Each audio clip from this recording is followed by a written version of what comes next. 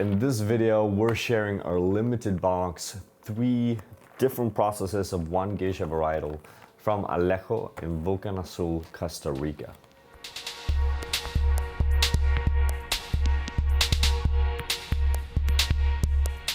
Welcome, my name is Patrick Rolfe and this is Coffee with April. For this episode, we are going to share with you all the details behind our limited box for the month of September. So basically what we do is that every single month we feature what we believe to be the very best green coffee that we can get our hands on in the world of coffee. And this month is something very special for us here at April because the coffees we're featuring comes from one of our long-term partner farmers, Mr. Alejo from the Volcan Azul farm in Costa Rica.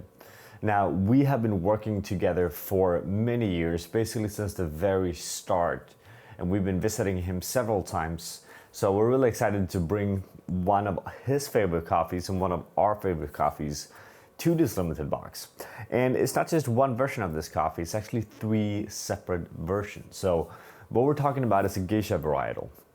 Now, Alejo has quite a few different geshas on the farm, and he's been kind enough to share some of the details behind the varietal and the processing of these coffees himself directly from Costa Rica. So we're going to jump to him later on in the video.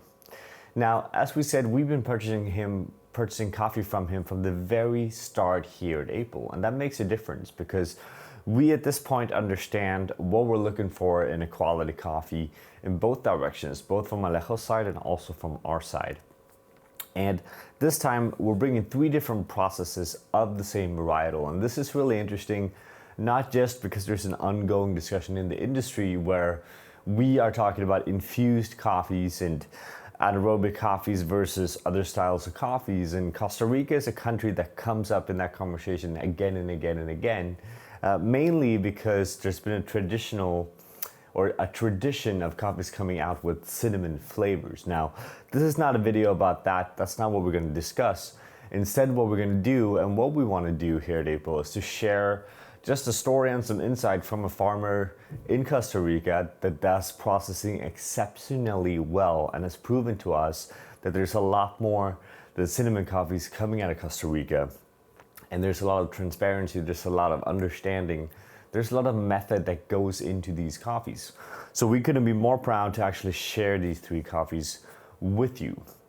Now, the coffees more specifically in the box, again, it's all a Gesha varietal, processed in 3 different ways.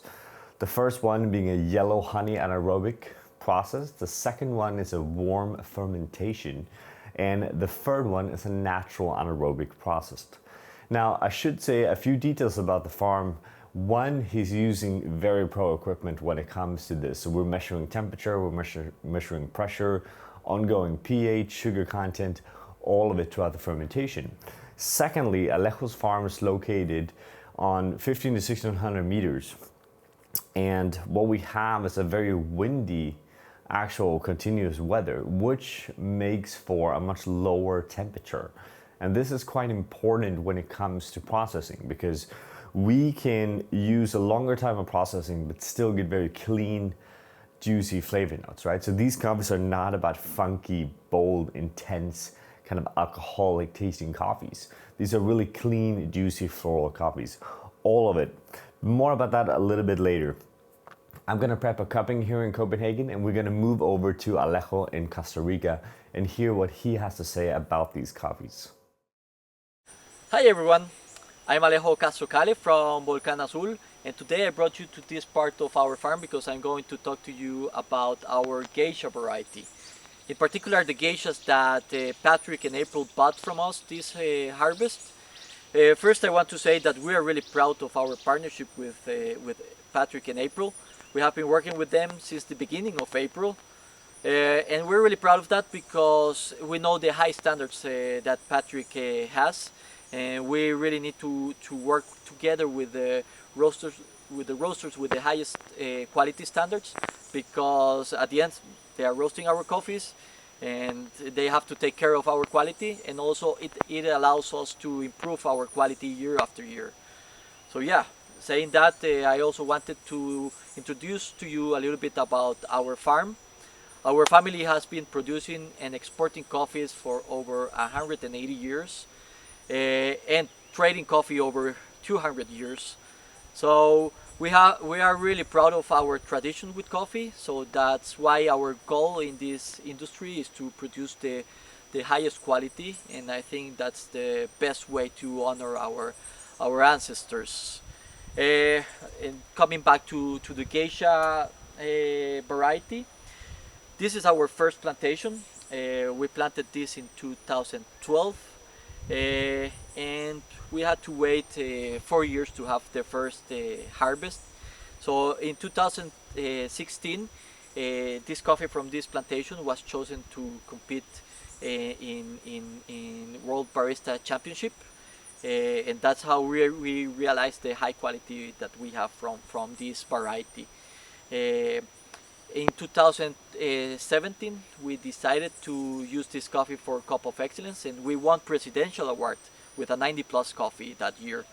And since then, we have been competing in Cup of Excellence with our geisha, and we have already won 5 different awards in Cup of Excellence, international awards in Cup of Excellence.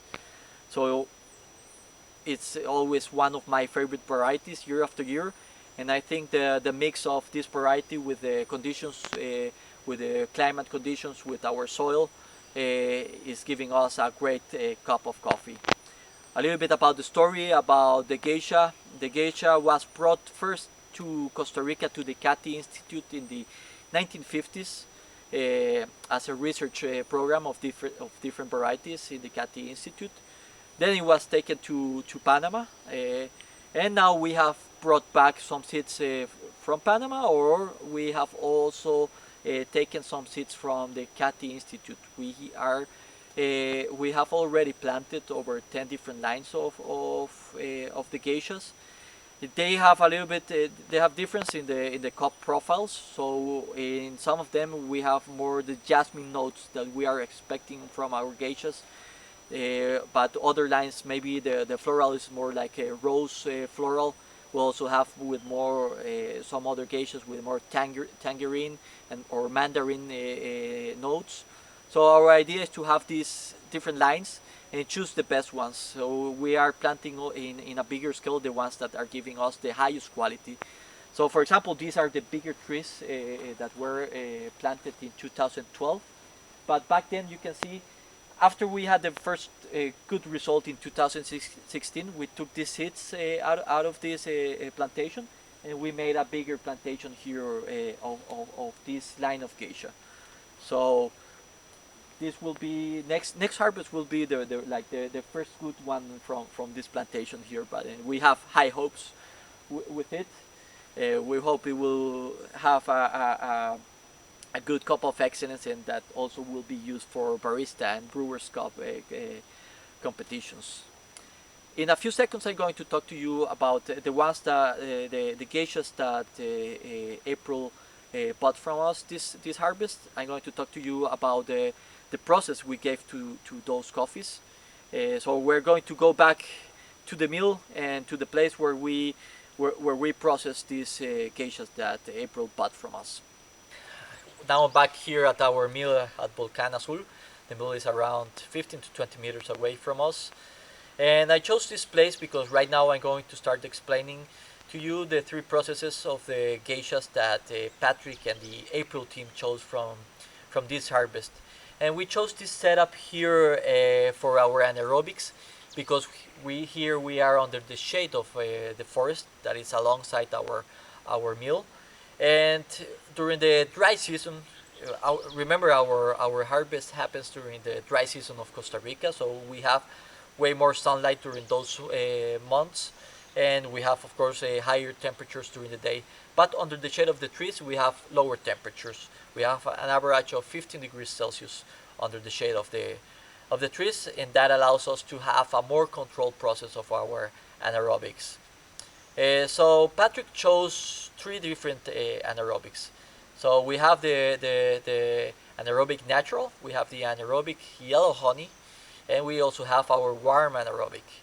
So to explain a little bit more about the details and the differences between them, I will start with the anaerobic natural. So basically, we pick the cherries, we bring them from the field to the mill. We wash them and then we separate the floaters. After that, we bring the cherries here. We fill the tanks with those cherries, and then we add the natural yeast that we grow from our farm. I prefer to use the natural yeast that we grow from our farm because I believe that every farmer can give a unique flavor to their own anaerobics. And I think this is the best way to enhance the magnificent flavors that we already have from our geshas.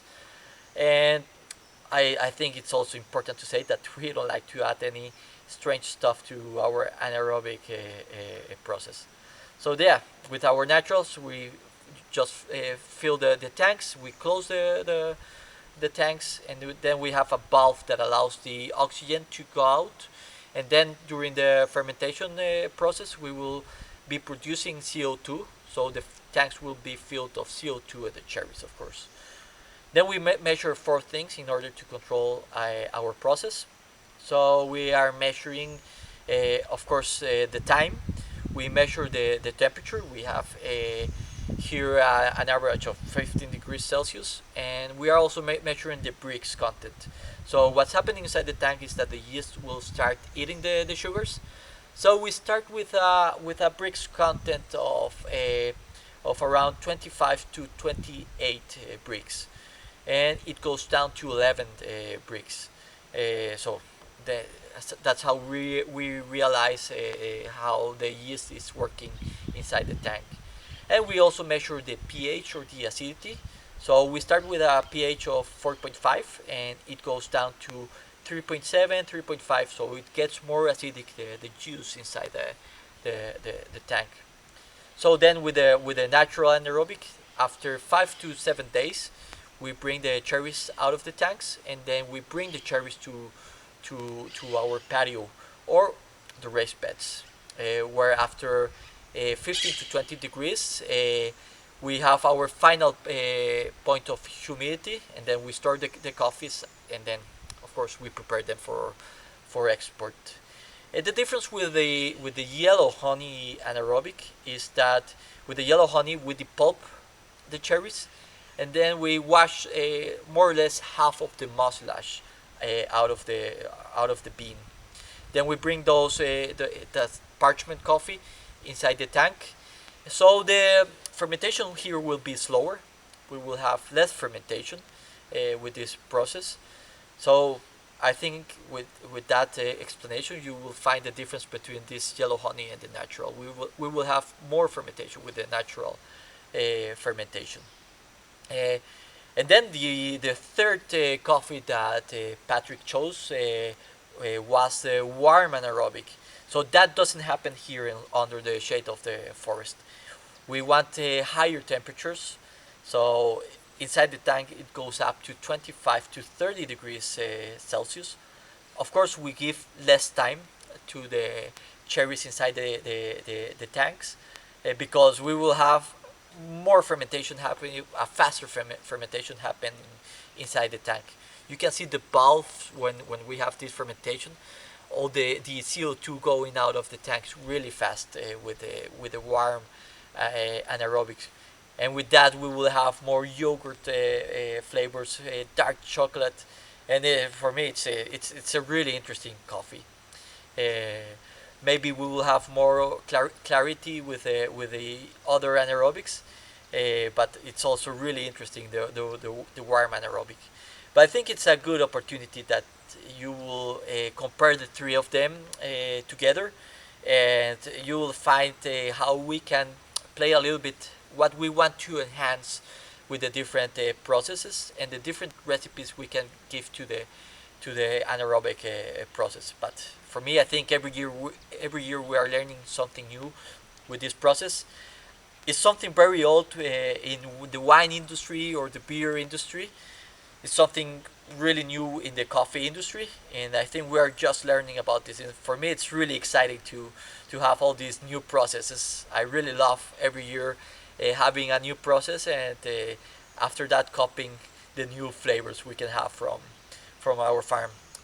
Well, I really hope you enjoy the geshas that Patrick chose. They are going to make an amazing job roasting them, and I will wait to hear the feedback from you.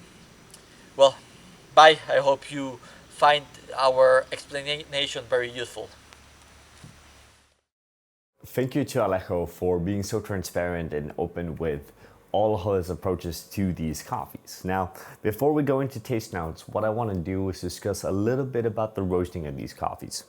So, as you guys know by now, we've been roasting them on a 15 kilo loring. In this case, we've been pushing 7.5 kilo batches, so 50% batch size. And we do this to get a slightly bigger range of burner settings that we can apply and a bit more flexibility in this specific roast. Now, all three coffees are roasted with a similar end in mind. So we're looking for a similar color to all coffees. And the time after cracks are quite specifically almost the same in every single batch, and that's around 104 to 103. Our end temperatures lies between 208 to 209, so also fairly similar. Now keep in mind, when we're roasting these coffees, we find in general they have a tiny bit harder time to pick up color, so we use slightly higher end temp to get a bit more color into it, right? Now, when it comes to roasting these coffees, we have actually used several different approaches, and we're ending up with three profiles that are very different in total duration. So, for example, we're pushing the limited Volcan Azul warm fermentation to be the fastest profile and the yellow honey to be the longest. And we have found when we were measuring this coffee initially that we saw that, for example, the Volcan Azul warm fermentation, we're running the risk of picking up way too much color if we were pushing it for a longer time within the drum throughout the roast, right? But what we've been realizing roasting, for example, the yellow honey processed coffees or the yellow honey anaerobic processed coffees, which we had several times here at April for other varietals, is that they can actually take a much longer time in the machine. We can develop the sugars in a slightly different way, and we end up with a very sweet, well-balanced coffee. Now, the natural anaerobic, as per usual, we're pushing natural coffees faster than when we do wash processed coffees. It's the same here, even though it's also gone through an anaerobic fermentation. But so basically, if we break it down, what we're seeing is three different total roast times, which basically is ranging quite far from 8:13 up to 9:41. So it's quite a big difference between the three. But we're looking for a continuous color profile on all three coffees. Now, with that, we're going to start tasting the coffees, and then we're going to get back to you guys with a little bit more idea about the taste notes in every single lot.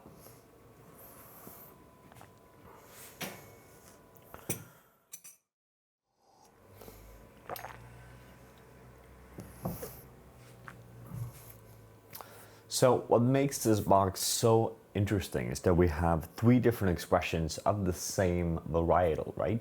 So it really showcases the importance of processing in every single aspect of these different lots. We have flavors ranging from, if we look at the yellow honey anaerobic, we're going very clean, we're going floral, we're getting stone fruit, where we also have this kind of round, really well-balanced sweetness to it, kind of reminding me of a very fresh nectarine. Now, the second cup, the warm fermentation, we have a little bit more of a raisin structure there. We definitely have white grape, which is continuously for all three lots, and kind of an inherent flavor coming out of geisha varietals in general, at least the very good ones. But we also have the kind of milky, smooth texture to it, which comes out of the fact that it's gone through a warm fermentation, which kickstarts the lactic bacteria in the coffee, and that gives it a little bit of a milk vibe to it, similar to, for example, milk tea, which would have, or a milk oolong, which would have peachy notes, but also be this kind of creamy milk vibe to it. Whereas the full-on natural definitely has a bit more ripe fruit character. It's very tropical, it's very floral, it's very smooth all the way, right? So we can really see how different processing really changes the different attributes of the cup while keeping the identity of the varietal in every single cup and the local terroir that comes with Alejo's farm, because that is in the end the most important thing when it comes to processing. Processing is about to add value to the varietal It's not about changing it, it's not about masking the flavors of it. It's about showcasing the varietal in the best possible way and understanding that depending on how you process the coffee, you can choose the perspective we get to see of that coffee, which is why it's so interesting. And therefore we're super happy and thankful for Alejo for sharing these coffees with us, but because it's really an interesting opportunity to see, and it's a very interesting discussion, an important discussion in this coffee industry. Because we're getting to a position where more and more coffees are processed in a way where you can't taste the terroir, you can't taste the varietal. And we have to ask ourselves, is that interesting for us? I'm gonna stick up my head here and say it's not. I wanna taste the varietal, I wanna taste the terroir and the work of the farmer. We buy from producers like Alejo for specific reasons. We have searched the world for these people. And we have selected them because we believe they do some of the best work possible. And we want the coffees and you guys, the people drinking coffee from his farm, to get an honest representation of what his work has transferred into your cup of coffee. Now, with that, we love to hear your opinions about these coffees. If you're one of them that has subscribed for it or purchased a box from us. What is your take on processing in general? I know it's a lively discussion. What do we think about infused coffees versus non-infused coffees? What is a quality coffee in general, right? Now we're taking this conversation to Patreon, and we would love to also do it here on YouTube down in the comments field. So feel free to subscribe for our videos, but also share your comments and thoughts about these coffees and other styles of processing when it comes to green coffee. Now with that, we want to thank you for watching and wish you a great day.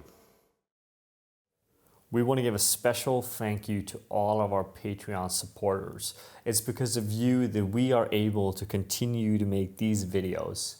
And we want you all to feel free to always come with suggestions and ideas on the content that you want to see, because we are doing this for you and because of you.